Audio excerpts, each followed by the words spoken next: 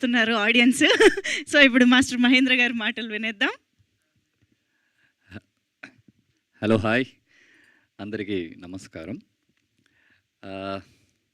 మిమ్మల్ని అందరూ చూసినందుకు నాకు చాలా చాలా happy. Thank you so much, మీరందరూ టైం తీసుకుని ఈ ఈవెంట్కి వచ్చినందుకు.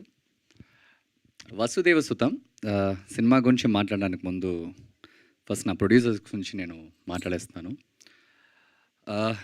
ఒక సినిమా బాగా రావాలి, అది హీరో ఎవరైనా ఉండొచ్చు, అది ఎక్కడికైనా వెళ్ళి షూట్ చేయొచ్చు, అది వాళ్ళకి అది ప్రాబ్లం కాదు. కానీ వాళ్ళు నమ్మిన స్క్రిప్ట్, ఆ ఆర్ట్ చాలా బాగుండాలి. ఎక్కడా మీరు ఏం ఆలోచించకండి. ఒక సినిమా బాగా రావాలంటే మనం ఎంతైనా కష్టపడదాం, ఎన్ని రోజులైనా బాగా పనిచేద్దాం అని చెప్పేసి ఈ సినిమాలో పనిచేసిన వాళ్ళందరికీ ఒక అమ్మగా, ఒక నాన్నగా ఉండి ఈ సినిమాని ఈ స్టేజ్ దాకా తీసుకొచ్చిన మా ప్రొడ్యూసర్కి నేను చాలా చాలా థ్యాంక్స్ చెప్తున్నాను. ఎందుకంటే వెరీ డిఫికల్ట్ అండి. ఏదో ఒక స్టేజ్లో మనం సినిమా స్టార్ట్ చేసేసి మన ఫ్రెండ్స్ 10 మందికి చెప్పేసి నేను షూటింగ్ వెళ్తున్నాను అని చెప్పేసి మనం ఏదో 20 days చేసేయచ్చు. చేసి వచ్చిన తర్వాత ఆ సినిమా సమ్టైమ్స్ సరిగా రాదు, మనం అనుకున్నట్టు జరగదు, అలా ఉంటుంది. కానీ ఎన్ని హర్డల్స్ వచ్చినా కానీ డైరెక్టర్ చెప్పారు, సార్ ఒడిశా కదా, ఎక్కడ సార్, ఒడిశా వెళ్ళాలి సార్, అక్కడ షూట్ చేయాలని చెప్పాడు. సరే రండి వెళ్దాం అన్నారు. తర్వాత హైదరాబాద్లో షూట్ చేయాలని చెప్పారు, రండి సార్ వెళ్దాం అన్నారు. తర్వాత ఇంకెక్కడ సార్ వెళ్దాం, ఫిలిం సిటీ, ఒక పెద్ద సెట్ వేసాం.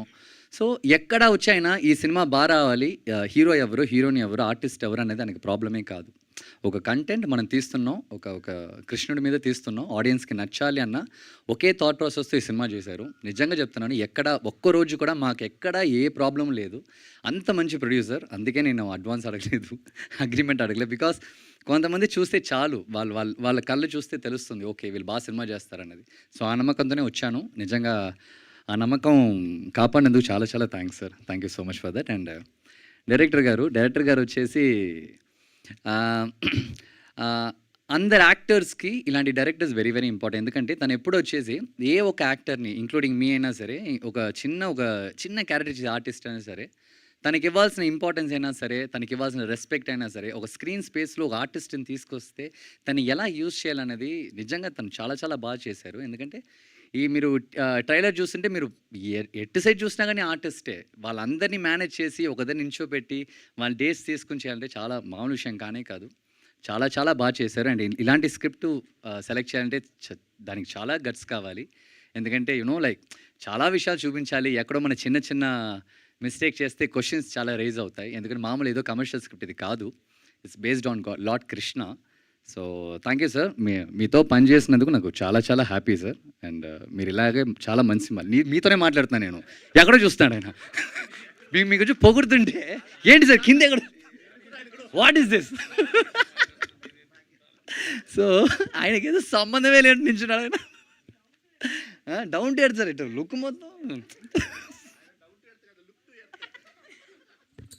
So very very good team అండి, వెరీ వెరీ గుడ్ టీమ్. అందరూ స్టార్ క్యాస్ట్ అయినా సరే, అదిగో అమ్మాయి ఉంది, అమ్మాయి ఎంత బాగా చేసిందండి ఈ సినిమాలో. పాపం డే 1 నుంచి ఈ రోజు దాకా తెలుగు నేర్చుకోవడానికి, క్యారెక్టర్ నేర్చుకోవడానికి తను మీరేం మాట్లాడుతున్నారో వినదు, ఏం అర్థం కాదు. యా, సో హోల్ టీమ్ అండి, very very good team. And cameraman Jiju చేశారు, అండ్ మ్యూజిక్ డైరెక్టర్ మణిశర్మ గారు చేశారు. నాకు చాలా చిన్నప్పటి నుంచి ఆశ అండి. ఎప్పుడు మహేష్ బాబు గారు సాంగ్స్ అని చూస్తున్నప్పుడు అనుకునేవాడిని, ఇలాంటి సాంగ్లో మనం కూడా ఉంటే ఎంత బాగుంటుందని చెప్పేసి. నిజంగా అప్పుడు ఉంటుంది కదా, ఏ ఒక్క నార్మల్ బాయ్కైనా ఉంటుంది కదా భయంకరమైన సాంగ్ వస్తున్నప్పుడు. సో అలా చూసినప్పుడు really thank you sir, thank you so much. Mani Sharma గారైనా సరే, ద హోల్ టీమ్, పనిచేసిన వాళ్ళందరికీ చాలా చాలా thanks. And yeah, July 10th cinema వస్తుంది. తప్పకుండా అందరు థియేటర్కి వెళ్ళి సినిమాని చూడండి అండ్ ప్లస్ చేయండి. Thank you so much. Thank you.